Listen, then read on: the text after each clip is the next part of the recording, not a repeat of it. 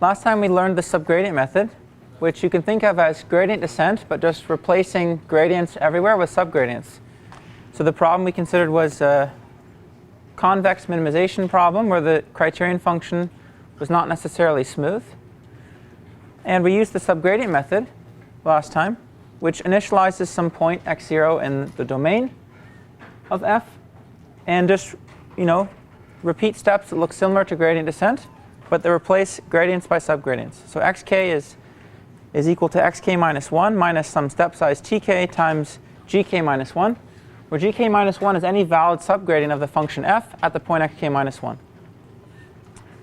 Okay, so this reduces to gradient descent when the function f is differentiable, because for such functions there's only one gradient at every point, and that's there's only one subgradient at every point, and that's its gradient. We saw that the step size rules were preset, unlike those for gradient descent where they are adaptively chosen. Right, so we didn't have a notion of backtracking search for subgradient method. We just chose them either to be fixed at some small step size t or diminishing. So an example of diminishing step sizes would be 1 over k. You take tk to be 1 over k. And we learned that if the function f is itself Lipschitz, then the subgradient method has a convergence rate of 1 over epsilon squared. Okay, so if we want to achieve an epsilon suboptimal estimate of the solution, we have to take on the order of 1 over epsilon squared iterations to get that with subgradient method. Okay, the upside is it's very generic. Right? This applies to any convex function as long as we can compute its subgradients. The downside is it can be very slow. So one thing that we learned that we didn't cover last time that I wanted just to get to before we start today was this slide, second to last slide from last time's lecture notes. And it's the same notion of optimality that we covered for gradient descent. We're going to ask ourselves, can we do better than that 1 over epsilon squared rate? Is there a method that applies to the same problem class as the subgradient method and uses about the same information, which are subgradients, and actually converges faster than 1 over epsilon squared? Just to remind you, we asked the same question for gradient descent. Right? We asked ourselves, is there a method that applies to smooth convex functions that only uses the gradient? And we called such methods first order methods. And we asked, if we look at that problem class, can we do better than 1 over epsilon, which was the convergence rate of gradient descent? The answer was yes, it seems like we could. We didn't actually prove the existence of such a method yet. We just showed that the lower bound that you could construct theoretically was actually 1 over the square root of epsilon. So it looked like there was some wiggle room to do better. We're going to see that today, actually. We're going to go through the method that achieves that better convergence rate today. For the subgradient method, it's instructive to ask the same question. Should we be happy with what it's doing, or should we expect more? So we're going to look at non-smooth first order methods. It's kind of a funny name. I didn't know what else to call them, so we'll just stick with that. Non-smooth first order methods. These are going to be iterative methods like the subgradient method, which start with some point x0, and they update at every step xk to be something that's in the affine space defined by x0 plus the span of all the subgradients we've seen so far. Okay, so it's like a first order method, but these are subgradients instead of gradients. So you could convince yourself that a subgradient method is indeed one of a method. It's one of these methods, right? Because it just at every step updates the iterate in the direction of the negative subgradient that it saw before. And if you kind of unravel that, you just use induction, you'll see that actually at every step xk, you're going to be producing an estimate that's in this affine space. Yeah? Would it be more than one subgradient in one of the differentials? I'm sorry? Does the span include all the subgradients in the differential at every previous step? Good question. So the class of methods that we're thinking of is going to be one where these subgradients are actually given to us by what we call a weak oracle, which means that we ask for a subgradient at the point xk, or xk minus 1, and the oracle returns for us some subgradient. We don't get to choose which one. It's maybe more realistic because when you're running a subgradient method, there's really no notion of which subgradient is favorable. Right? You just choose one. It's a good question, though, yeah. So just to repeat that, we're thinking of at every step, we ask some, we're calling it a weak oracle. For a subgradient, we get one back. It's a valid subgradient. That defines for us the class of first-order methods we're looking at, non-smooth first-order methods. So there's this theorem, again, by Nesterov, who you'll start to see his name pop up more and more. In fact, you've seen him. He proved the lower bound for gradient method. He proved the lower bound for subgradient method. He also invented acceleration. So you're going to see his name pop up a lot. He proved the following theorem. If you consider any starting point x0, then no matter where you choose as a starting point, and no matter what iteration you're looking at, k, there is a function that is Lipschitz, which is, remember, the assumption that we made when we proved the convergence rate of the subgradient method, such that when we try to minimize that function with any non-smooth first-order method, so anything of this form, then the best we can do after k steps is lower bounded by something like 1 over the square root of k. So in other words, this is telling us that a lower bound on minimizing non-smooth convex functions is actually 1 over epsilon squared. Okay, that's the rate. And that's what we achieved with subgradient method. Right? So the answer seems kind of gloomy if you think of subgradient method as slow. The answer is that we can't do better. Generically, there is not a method that converges faster than subgradient method over that very broad problem class. Okay, so you can give up the search at this point if you're just going to be considering subgradients for the method that dominates the subgradient method, because there is, according to this definition of the problem class, and according to this notion of what other methods we might be looking at, there is no other method that dominates the subgradient method. Okay, so it's slow, but we have to live with it if we're just thinking about this very generic minimization problem of non-smooth convex functions. Okay, let's pause, see if people have questions about that. Yeah, Kevin. Out of curiosity, is it constructive proof? Yes, both this proof and the gradient descent proof are actually constructive. So if you give him an initial point x0 and an iteration k, then you can actually construct a function that's just really hard to minimize by any non-smooth first-order method. The same with gradient descent.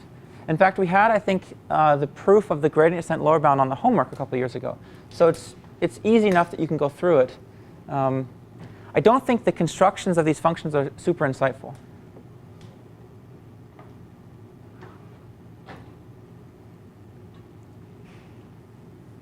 Yeah. So if the construction of functions aren't super insightful, is it like an obscure class of functions? Is that true? Yeah. You can actually do better for all functions that you care about? It's a good question. So this is a worst case result, right? There is a function that makes minimization very hard. I don't know the answer to that theoretically. Practically, my answer is not really. The subgradient method's just really slow. And you see it achieving this like really slow rate of 1 over epsilon squared a lot, in terms of if you compare its performance to, say, the gradient descent method. And yeah, I don't know. People haven't really done, as far as I can tell, average case analyses of these types of methods. They have in a little different context, but not for like a very big problem class like this. Also a good question. Yeah? What if k equals n?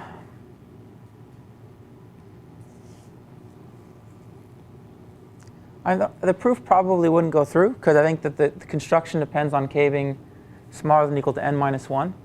I'm not sure what to make of that. There's probably another construction that would work.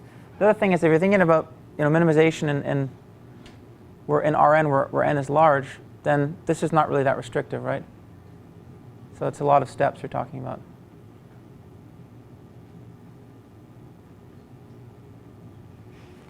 Okay, so I think these notions of optimality are interesting, and they kind of guide our attention. right? So now, let's suppose we were sitting in 1980s, I think was when acceleration was invented. And our friend Nesterov told us that there's a little bit of budget on gradient descent. There's no budget on subgradient method.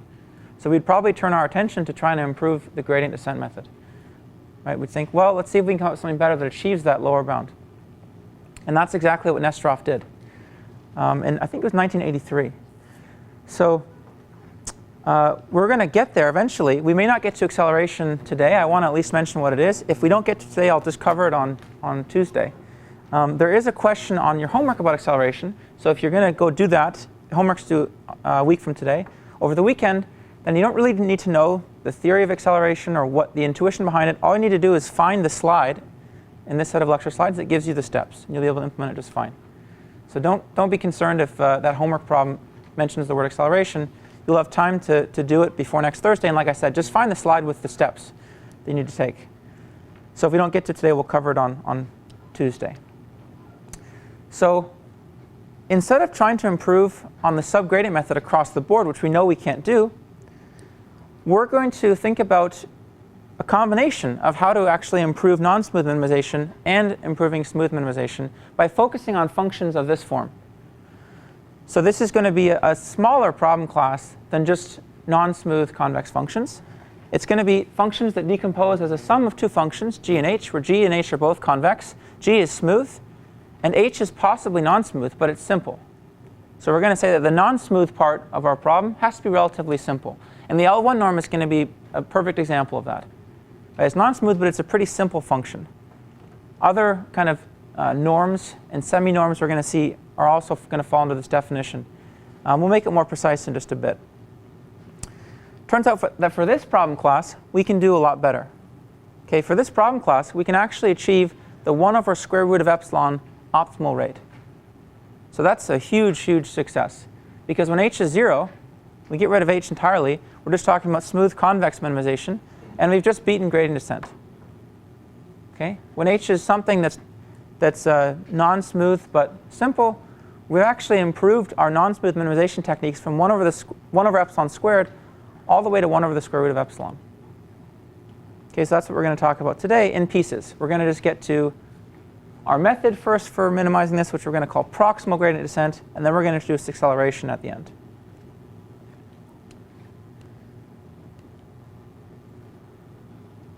So here's the outline. We're going to talk about what we call proximal gradient descent, which applies to sum of two convex functions, with the non-smooth part being simple. We're going to describe its convergence rate, not prove it. We're going to talk about two kind of very well-studied cases, which are the iterative soft thresholding algorithm and matrix completion. We're going to get to some special cases of it, and then we're going to talk about acceleration. So this is a lecture that I think we probably won't get all the way through, but we'll just cover the rest on Tuesday. So this is the problem class we're interested in, minimizing what we call decomposable functions. So we look at f, which is g plus h, where g is convex and differentiable and has domain equal to all of Rn. H is convex and not necessarily differentiable, but we're going to keep in mind that it should be somewhat simple. It shouldn't be a very, very complicated non-smooth convex function. So let's go back to the motivation for gradient descent. Right? We know that its updates look like this. X plus got x minus t times the gradient in f of x. That was what the next iterate x plus looked like in terms of the current iterate x. Let's go back to the motivation for that. How did we think of that? Remember, we thought of that as minimizing a quadratic approximation to the function f around the point x, where the Hessian was replaced by just 1 over t times the identity matrix. So we had this picture like if this was our function, and we're at a point x, then we're going to make a quadratic approximation to the function. Why do we do that? It's because quadratic approximations are easy to minimize. Or so quadratics are easy to minimize, especially if the quadratic form is just the identity. So this might have been x. We made this quadratic approximation, and we arrived at this point, which was x plus the minimizer of our quadratic approximation. And then we repeated. We made another quadratic approximation, the point x plus, etc. Okay? That was our intuition or our motivation for gradient descent. And formally, we just said that x plus can be written as the minimizer of the following criterion over all points z, this is just the second order Taylor approximation to the function f, where I've replaced the Hessian by 1 over t times identity. Okay, and I denoted that in the slide by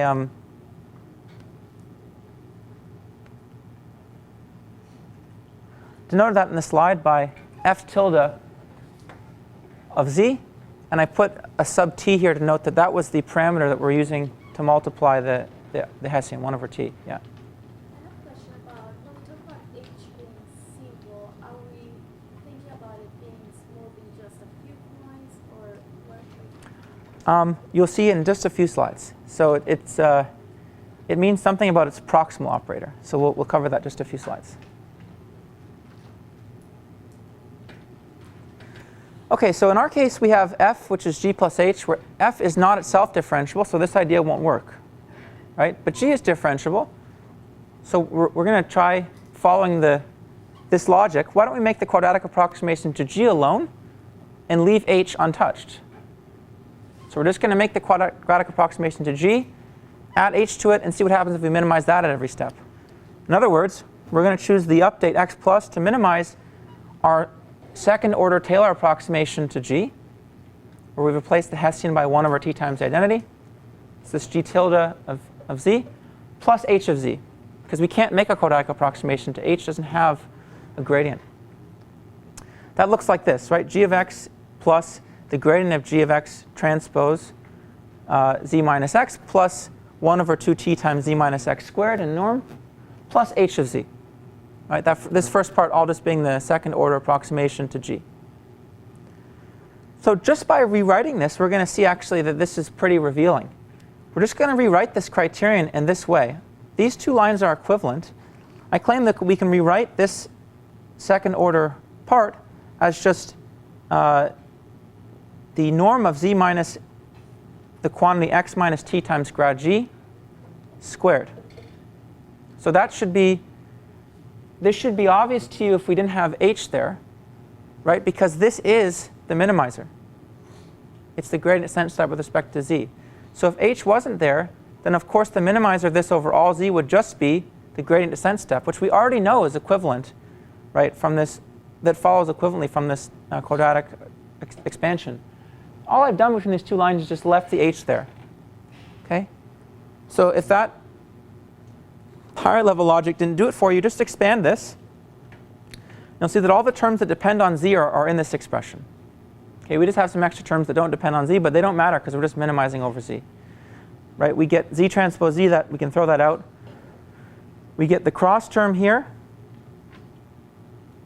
and we get the z minus x squared term here. Okay, and this g of x again doesn't depend on z, so we don't care about it. Okay, so in other words, our idea about making the quadratic approximation to g, adding h, minimizing that, is equivalent to the following problem. Minimize over all z the sum of two terms, where the first term tells us to stay close to the gradient update for g. Whatever we would have made in terms of a gradient update to g, stay close to that. The second term tells us let's also make h small. Don't forget about h. Right? And this step size, this weight here, t, controls the relative importance of these two terms. Right? If t is really small, then we're going to be a lot closer to the gradient update for g. If t is really big, then we're going to be focused more on making h small. So we're going to actually, just from that slide, define proximal gradient descent. We're just going to change notation a bit to make things look easier to write. We're going to define the proximal mapping for any function as follows.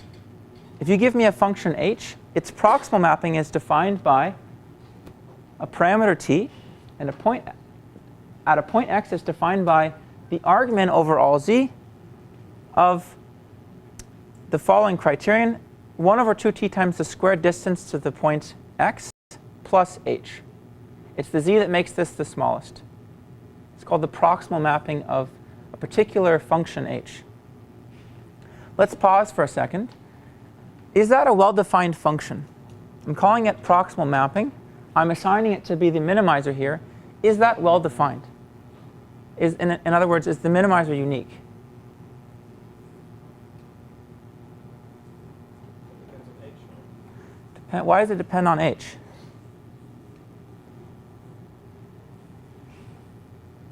So think about that, the criterion there.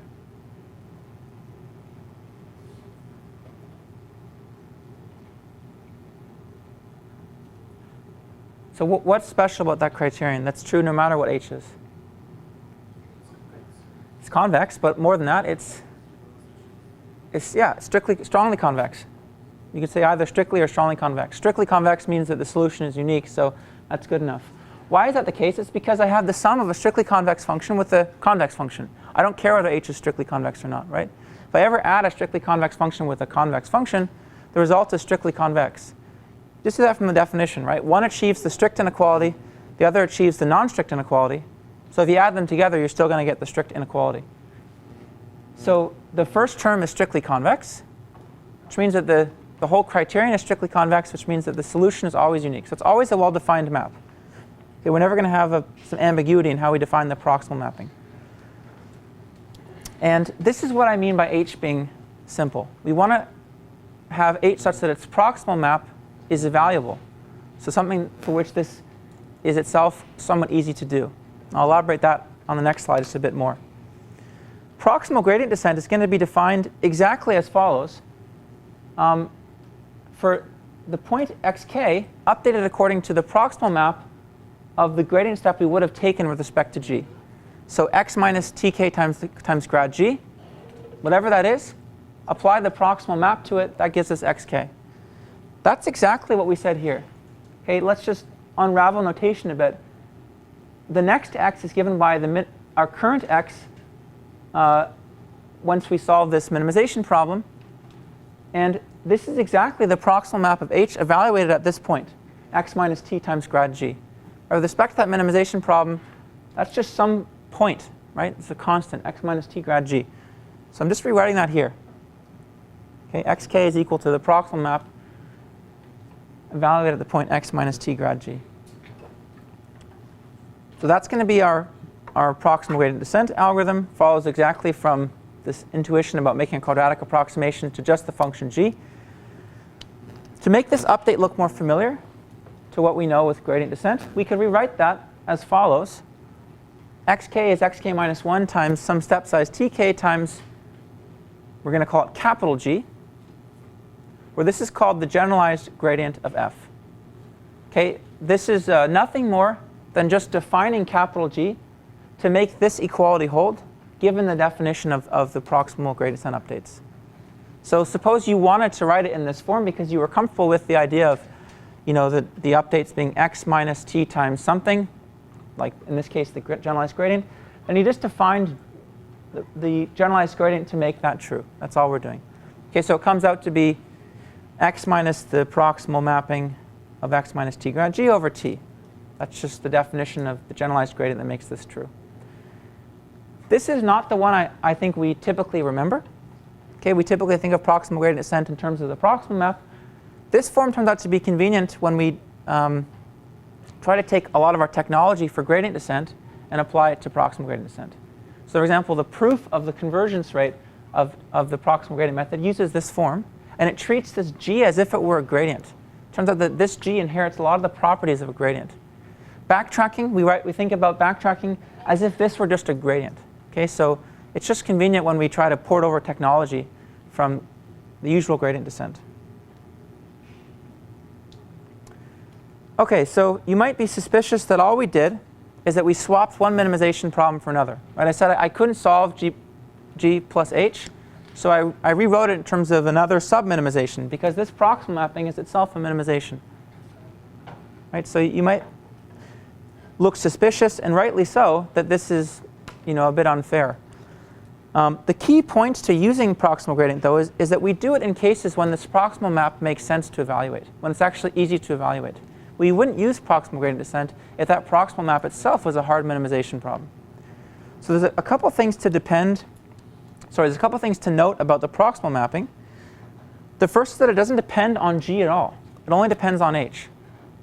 Right? Because the only role of g, insofar as these steps go, is that we're just using it to evaluate its gradient. And we're using that to form a point at which we evaluate the proximal map.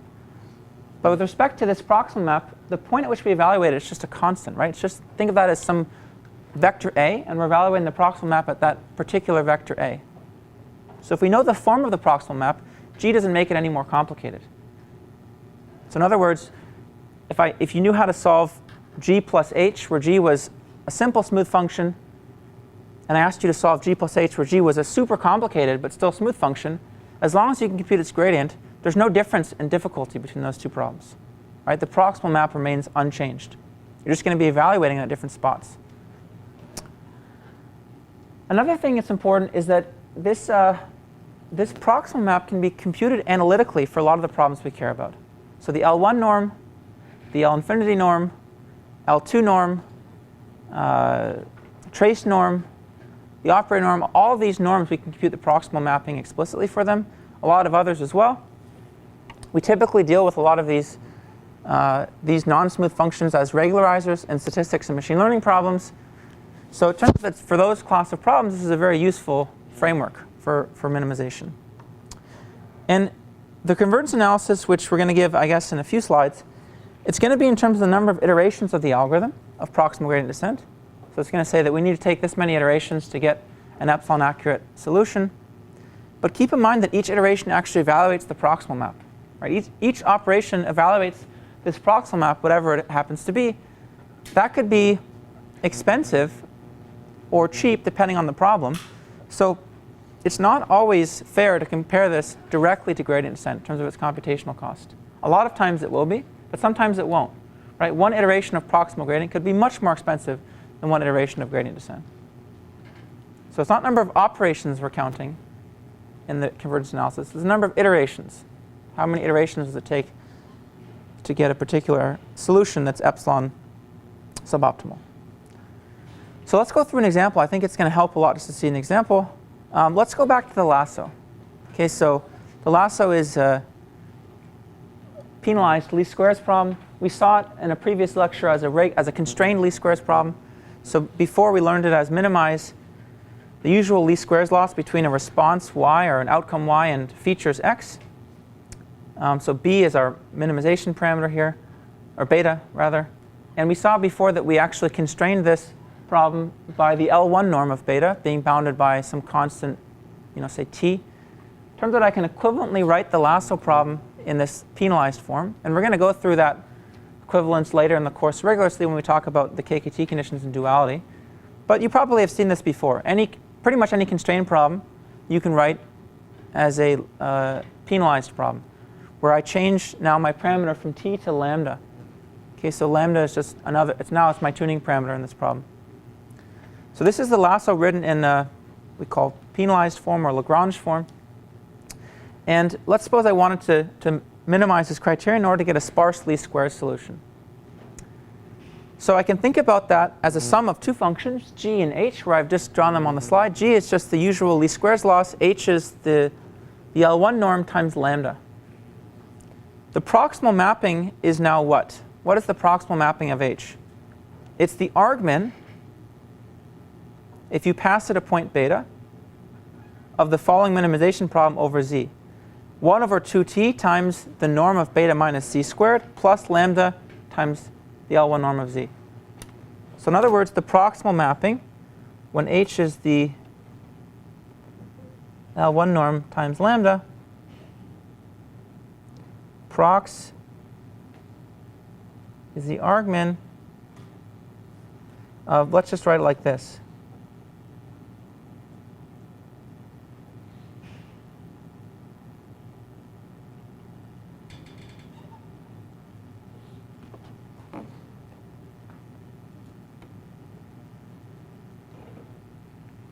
Goodness, I'm making a lot. This is why I should be using pencils.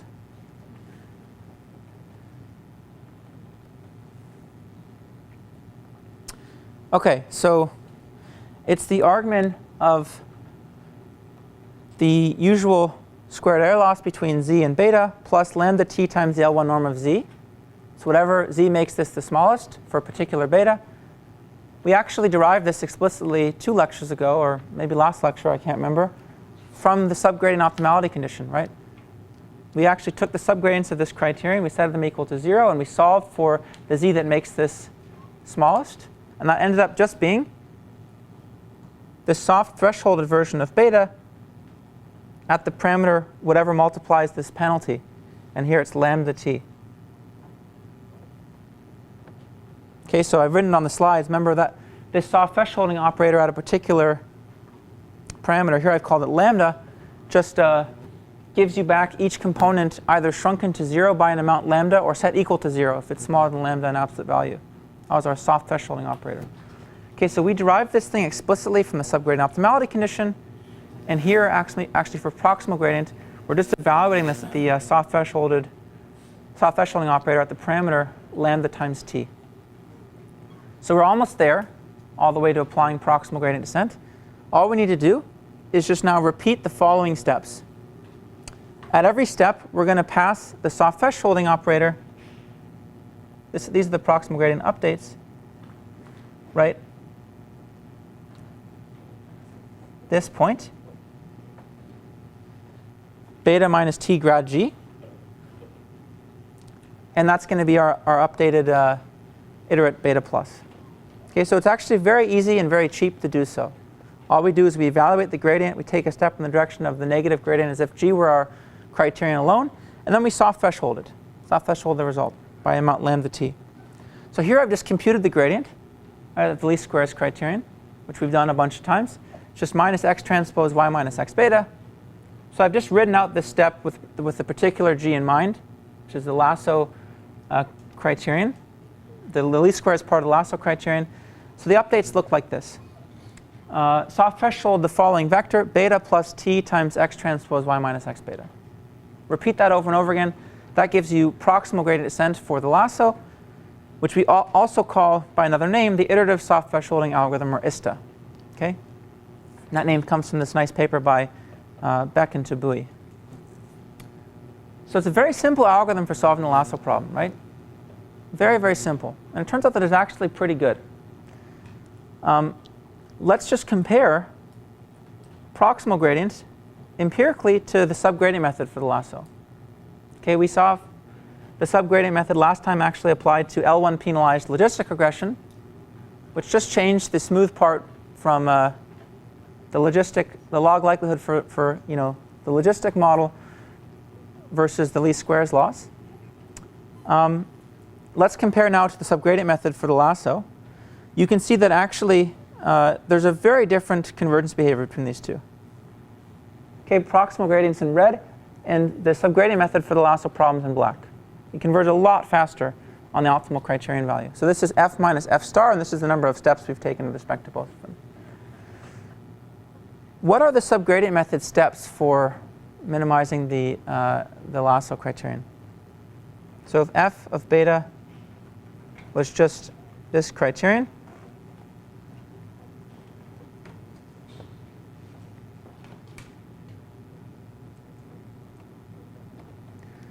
what are the updates for the subgradient method? Let's just write them out. So this was proximal gradient. And let's write down the subgradient method. So beta plus is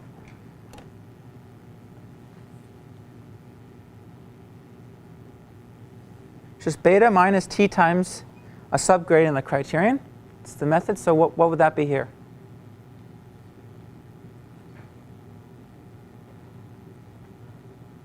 What are subgradients of this criterion?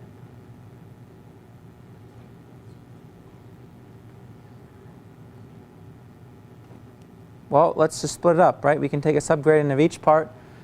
We just first get the gradient of this, which we just saw on the slide, and you should internalize this point, is x transpose y minus x beta, or actually negative that. So this is the part from, this is the gradient from the smooth part of the problem. And now we're going to be continuing to subtract off t times a subgradient of this, which we can just write as minus lambda t times s, right, where s is anything that's in the subgradient of the L1 norm at beta. So it's the usual thing, right? It's going to be equal to the sine of beta I when it's non-zero, and otherwise anything between -1 and 1 in each component. So this is subgradient method versus proximal gradient. Okay, these are our two approaches. The only two approaches we know now at this point to solve, say, an L1 penalized problem. Is it fair to compare these two in terms of their number of iterations taken to converge?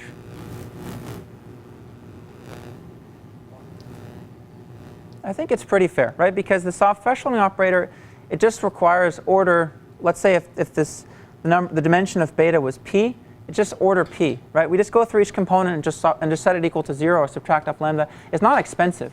So each of these are actually have the same kind of complexity.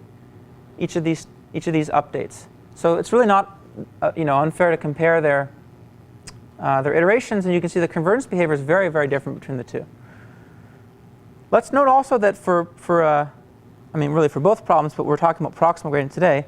If I changed the gradient now, if I changed G from the least squares loss to the logistic loss, this wouldn't have been any harder, right? We just replace this part by whatever it is for the particular criterion we have in mind. So if it's the logistic loss, it's just the gradient of the negative log likelihood on the logistic model, right? If I change this to a much more complicated smooth loss, again, it doesn't make this algorithm any harder to run. We just have to be able to evaluate the gradient of G. Okay, so this is it's a very general framework for minimization, proximal gradient descent, as long as we can evaluate the prox operator. Let's go through the convergence results for proximal gradient. We're not going to prove these. The proofs aren't very different from what you saw for the gradient descent. All you do is you take the generalized gradient that I showed you in that previous representation, this guy here, and you treat it like a gradient.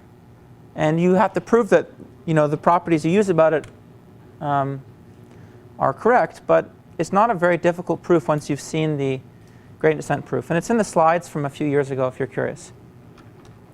So here's the convergence analysis. We're going to assume that f is g plus h, where g is convex, differentiable, and has a Lipschitz gradient. So these are the assumptions we made, remember, for gradient descent. So we're just making those same assumptions for the smooth part of the problem. For the non-smooth part of the problem, we're just going to assume that it's convex and that its prox operator can be evaluated. Okay, just going to keep it as generic as that. Then, with a very similar analysis to the gradient descent analysis, we have the following result. Proximal gradient descent with a fixed step size, which is given by anything less than or equal to 1 over L. Remember, L being the Lipschitz constant of grad G. Satisfies the exact same inequality we saw for gradient descent. After k iterations, we get an iterate k that's suboptimal by this amount, the square distance between where we started and a solution x star divided by 2 times t times k. So in other words, its convergence rate is 1 over k, or equivalently 1 over epsilon. So far we haven't seen the rate look better, but we've greatly expanded the class of problems that we can solve. Right, we've gone from smooth problems with the 1 over epsilon rate to non-smooth but simple problems, in a sense, in terms of the non-smooth part, with the same rate, 1 over epsilon. Okay, but let me just stress again, this counts the number of iterations of proximal gradient descent, not the number of operations. So for example, for the one norm, this is actually not bad at all because the proximal operator is soft thresholding. That's very, very cheap. We're going to see an example involving matrix completion where the soft thresholding operator is actually fairly expensive. So you should think about those iterations as actually containing each one a fairly sophisticated computational routine.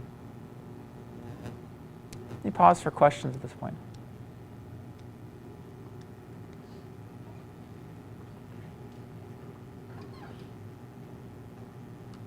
We need to evaluate consonant matrix and from the motivation it looks like. Mm-hmm. It's a good question. I think I have a slide a little later on about that, so I'll just repeat the question. Do we need to evaluate the proximal map exactly, or can we get away with something approximate there? The answer is it depends whether you're talking about practice or theory. So in theory, you have to approximate the proximal mapping to a pretty high degree of accuracy to get this convergence rate. In practice, it's kind of up for debate. I think sometimes you can get away with a pretty rough approximation to the prox. But most of the time, If you can't evaluate this exactly, the prox exactly, then you better be doing something that's at least pretty close to this proximal minimization. There's a slide that gives you a reference to a paper that discusses this issue exactly, so you can take a look at that one if you're interested. Good question. Other questions?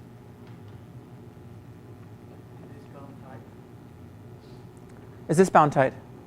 No, it's not. So we're going to see we can beat it just by modifying proximal gradient descent with what's called acceleration. That's going to be how we accelerate this method, which is more general than gradient descent.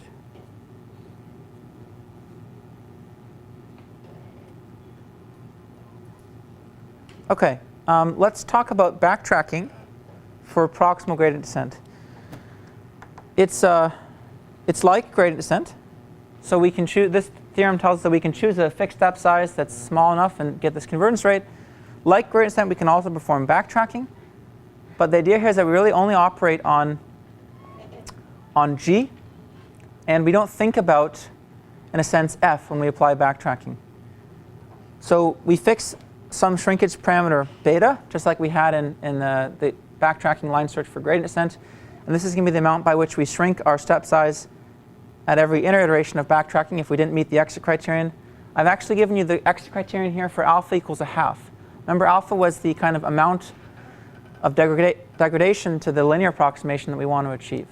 So I've just simplified things and picked alpha equals a half here for you. If you look back at your gradient descent slides, you'll see that that's what this is corresponding to. So at every iteration of backtracking, so this is done like within an iteration of proximal gradient descent, we start with some guess at the step size, like say 1 or something bigger, and we're going to check this exit criterion. Is the amount that we descended on G? Remember, this is another way of writing the proximal gradient update. It's x minus t times the generalized gradient at x. This is the same thing as just x plus, another way of writing it. Is it smaller than g of x minus t times the gradient of g of x transpose the generalized gradient plus t over 2 times the generalized gradient squared? OK, so let's just go back for a second. Let's go back for a second and let's look at what the generalized gradient is. If g was 0, if h was 0. If h was 0, then we're going to be minimizing g alone. Okay, and this is actually a good test whether we understand proximal gradient. And in that case, what is the proximal mapping if h was 0?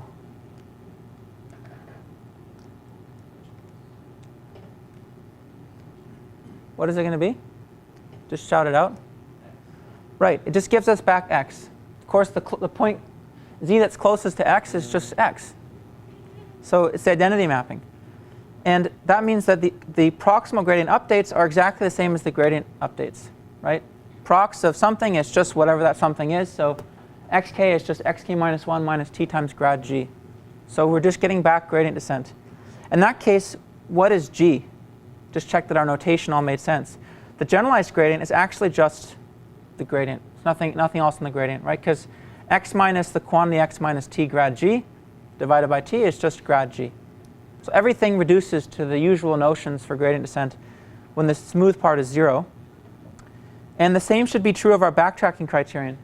So we said when h was 0, this should reduce to backtracking for gradient descent. Well, in that case, capital G is the same thing as grad lowercase g. So this whole term is just t over 2 times the norm of the gradient of g squared. That's exactly what it was for backtracking when alpha was a half for gradient descent. Okay, so this just extends the notion of what we did for gradient descent to proximal gradient descent. Okay, what's the hidden difficulty here in applying proximal gradient, backtracking within proximal gradient descent? What happens when we shrink from t from what it was before to beta t, and we go to evaluate this exit criterion?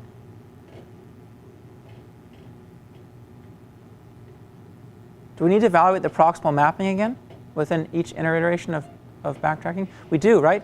Because look, this generalized gradient depends on t. And if you look back at its definition, right? It involves evaluating the proximal mapping.